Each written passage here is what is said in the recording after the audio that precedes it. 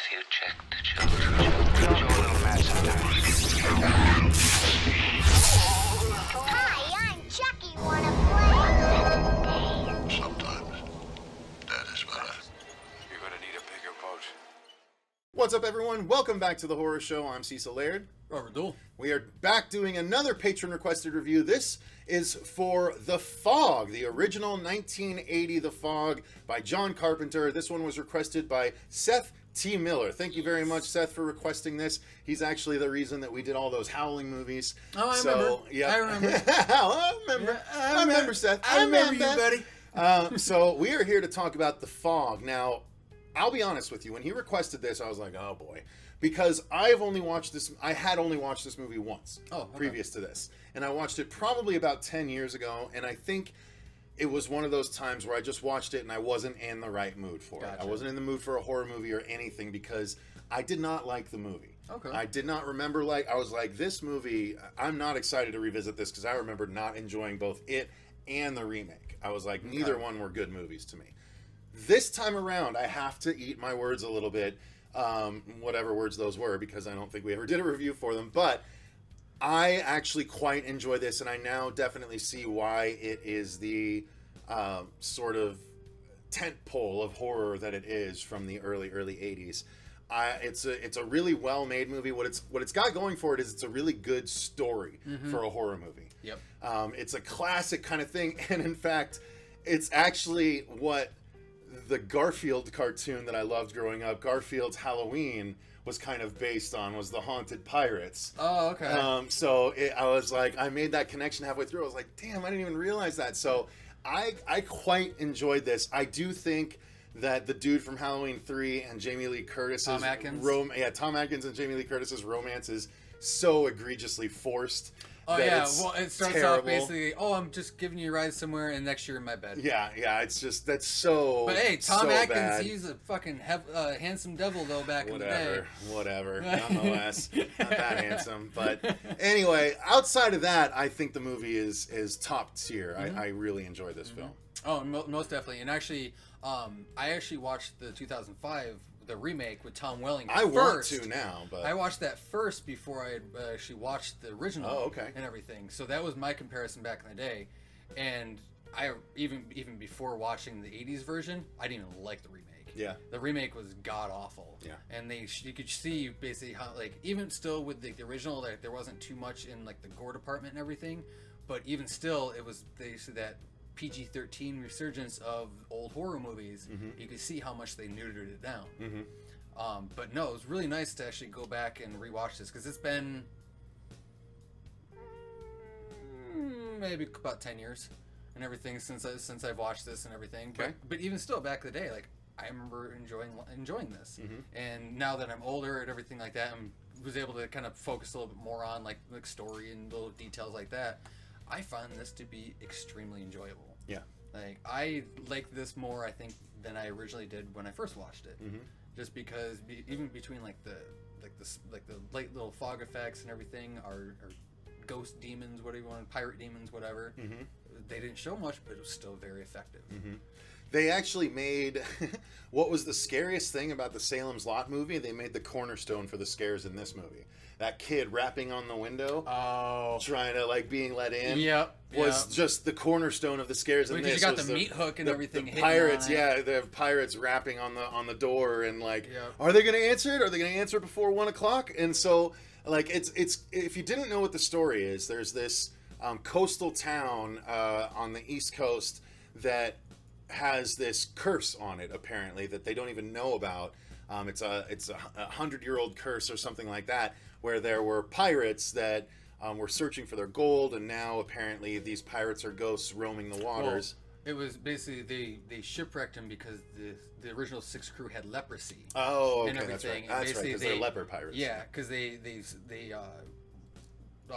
turned them basically into this reef with all the rocks, and they crash landed, stole the gold, which in turn created the curse and everything, because they were supposed to colonize about a mile or two up the coast and everything, away from the original colony what we have. But they're basically, well, we don't want a leper colony so close. what can we do? Well, we need this money and everything for the building the church, blah, blah, blah. And that's basically where that comes about. And then the forefathers and everything, the 6 men who had that hand in the death of that crew, their descendants are basically now picked off.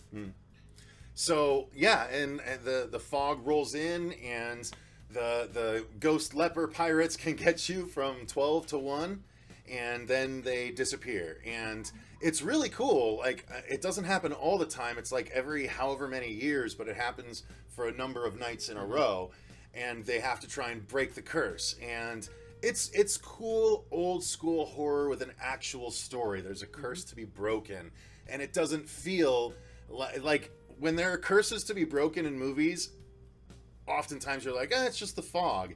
And it's like, that's why. It's because the fog is one of the originators of that kind of thing, and it did it so well. Yeah, because that's also, they talked about that, like, once in the backstory of that whole night, there was this odd fog that rolled in, and that basically helped to solidify them being able to crash them into the rocks. So yeah, there's you follow a couple of different groups of people, including, is that Adrienne Barbeau? Yes. Yeah. She is a DJ, a radio DJ for the town. She's like the kind of dating myself, but kind of not. She might still be on the radio. But Delilah here locally, we get her. She's like the easy talking kind of DJ, okay. you know. So that's what she is, and she has a kid that's being babysat most of the time while she's doing her job, and she sees the fog rolling in, so she can kind of warn people. So, and then there's Tom Atkins and Jamie Lee Curtis, who are just trying to Jamie survive. Lee's mother as well. That's true. Her mother is the town curator, if anything, and whatnot. Janet Lee. Yeah, who Janet was from Psycho, the original Psycho. That's the other point. Yep. I'm glad you brought that up, because I almost forgot about that. No, yeah. The only reason I know that is because they did the same thing in Halloween H2O with Jamie Lee Curtis and Janet Lee. And Janet Lee was actually driving the same car from Psycho. Oh, no shit. Yeah. It's been a while since I watched H2O. Yeah. But nonetheless, this movie was good. The acting is solid. Again, as silly as the betting of Jamie Lee Curtis is, the acting is still well done between Tom Atkins, Jamie Lee Curtis, and Adrienne Barbeau. So the acting's solid. What about for you? No, I definitely agree. Like, they're, even for the minor characters that we got, everyone still held up their own very well. The kid did a good job. Yeah, the Kids kid can and often be the everything. death of movies. Exactly. And that's the thing, though, too, is it wasn't. If it was focused on the kid, I think it would have been more detrimental, because he wouldn't be able to hold it very long, obviously. But with just being that background character kind of for the story, it worked out very well. Yeah. So, effects-wise, now this is obviously 1980, but they actually did add the fog in. It didn't look like digitally. It was like done, however they did it back in the day. I don't think you could call it digitally, but it was obviously added into the shots later. And the fog didn't look great, but that was just for the big, wide town shots. Every other time when they actually are using fog to conceal their special effects actors, I thought it was really cool. They nailed the atmosphere of this movie. They nailed the fact that fog is basically ready-made darkness, because whether it's daytime, nighttime, whatever, if you go into it, you can't see 3 inches in front of you. So that was also the nice little touch too, and everything. Yeah, it's like once the fog started rolling in, whether it be in the town or even in just like say like a house, the whole surrounding became dark and whatnot, and it basically, like the creatures were sucking out the light. But they can't break through your door. They have to knock politely. So that's they basically, you have to let them in. Yeah. They're like ghost vampires. Exactly. So it's a little bit of a mishmash in that sense, but it's all really well done. I mean, it's got tense moments for sure. And I understand that that's really where the horror comes from in this, but also there are people literally like run through with swords and things like that. So that caught me off guard this time. I hadn't remembered that that's the way some of the guys get killed. Like those poor dudes out on the boat. Well, when the one fog guy rolls gets in the stabbed first through time. the eyes. Yeah. I forgot about that scene and everything. I remember about the dude getting the meat hook and everything, but the stabbing through the eye sockets, that I forgot about. I'm just, Yeah, there's some good stuff in this, and it is really quality John Carpenter, and it's got that same kind of music, that soundtrack. So, the music is definitely one of the standouts of this film as well. So, because it definitely helps to set that tone for each of the scenes, Absolutely. especially during the last like 20 minutes of it. Like they definitely ramped up the sound. Well, and it's, The sound he and did score. Halloween 2 years prior, so it's got that same sort of synth kind of feel to it as well. So it's a quality film all around, you guys. I definitely recommend The Fog from 1980 if you haven't seen it. I actually do want to revisit the 2009 one now, just to see how bad it is by comparison. But yeah, I mean, we might as well. If we're gonna do a whole remake episode at some point, so we need to cover it. So we'll probably get to it, but that's going to do it for our review of The Fog. Thank you very much to Seth T. Miller for requesting this one. Turned out better than I thought it was going to, so I definitely appreciate that. If you guys want to become a patron and request a movie like this for us to review, the link to that is in the description box down below. We greatly appreciate you supporting the channel that way if you choose to do so. Until next time, though, I've been Cecil Laird. Robert Duell. And remember, stay scared.